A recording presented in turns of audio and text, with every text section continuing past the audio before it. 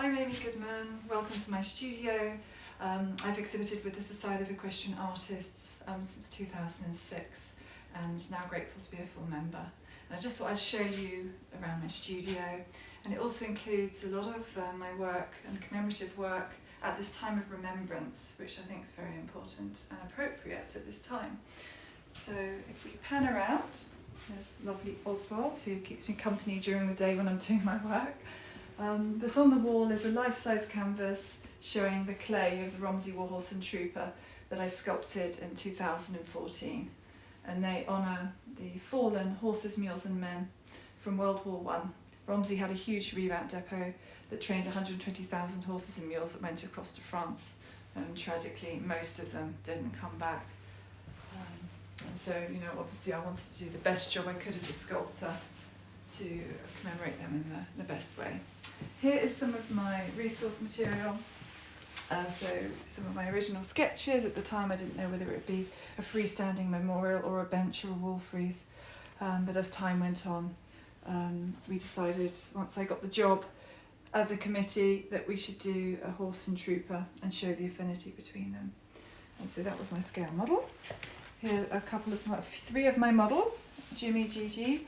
There was Chips, and also Warlord. The household cavalry very kindly invited me for the day, and they got a horse dressed in the appropriate kit, as it was essential that I got all the tack right. And on the wall here, just a few more of my sketches. The life-size armature shows me making the original clay. Really exciting to work at this size. It was my dream to make a life-size horse in clay to be cast. This one was cast in bronze resin by Ryman and Leader Sculpture Castings.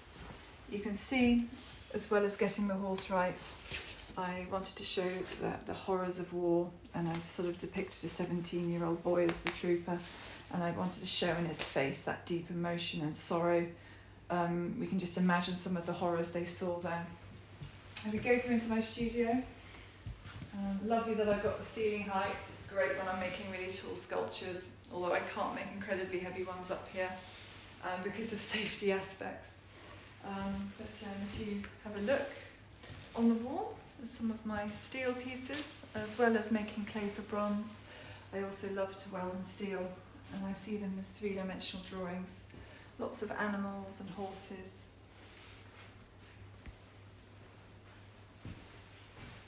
And I must just spray my clay. I'm grateful to be working on a life-size memorial to the Gurkha VC recipient, Kulbir Thapa, and he's rescuing British Tommy Bill Keithley off the battlefield in 1915.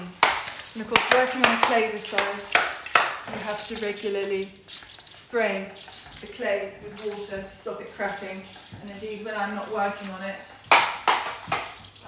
I'm wrapping it up safely in plastic. There we go, that should do for now.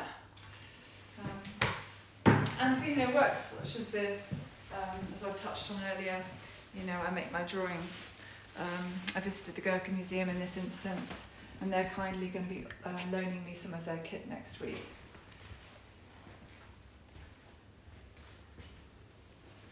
And just a couple of years ago, I finished the life-size Arborfield Horses, and up here you can see the three maquettes with the lines of the armature, and the armature has to cope with a lot of clay. So, for example, the rearing horse Icarus, who's a rearing gunner, a war horse, he's got about 700 kilos of clay on it. So, we needed to make something that was incredibly strong and safe while I was making them. And because of the tight deadline at the time, originally they were going to be unveiled in 2018, I made those in the actual clay work in 4.5 months. But very, very exciting to do that. And just around you can see some of the reference material. And Arborfield had a revamp depot and a horse hospital. So I was just looking at appropriate images. One of my models, Cholderton Icarus, there's a lovely rare breeds farm 5 minutes away up the road, and he was a great model for my war horse. And the Cleveland Bay is it was a commonly used British breed that was used during the war. And there's some more of my work here. And you can just see the making of the life-size clays here before we moulded and cast them. So it's a very involved process. So to sort of deliver life-size pieces, you're working with a team of people to get there. And it's, you know, great, the relationships I've built over the years. You know, you get to know the people, the professionals you work with, to be able to sort of install the final sculpture. And so yeah, I can do my welding in here as well as my painting and sculpting. This is a plaster cast of Sid Watkins, and that bronze is at Silverstone Race Circuit. This is Little Trio. I did a life-size full dog. He sniffed out IEDs in Afghanistan along with his handler, Dave Hayhoe. It's a very, very special book. It's all about Trio, which tells their story. This is Eli, the English Park Bull. I love to make animalia sculpture. And back to the commemorative theme, this is an airborne soldier, and I made a life-size version of him, which is in Prince's Gardens. And you know, I think it's lovely through my work to be able to make poignant pieces so that we can remember the fallen and the sacrifices they make for us. And that's why this time of remembrance, I think, is important for all of us, and particularly for the younger generation. On the wall, a couple of my ink wash paintings. I love sort of working quite quickly, but also leaving something for the viewer's imagination to fill in. And whatever medium I'm using, I love to try and capture energy and movements. And I also like to share the making process, so you know, people can see what's involved. Another photo of the clay, just here. And that was a member of the committee. He had a graphic design business, and he kindly printed up 4 views of my clay, so people who couldn't come and see me making the sculpture could come and see a life-size installation at an exhibition I had, gosh, it's now 6 years ago.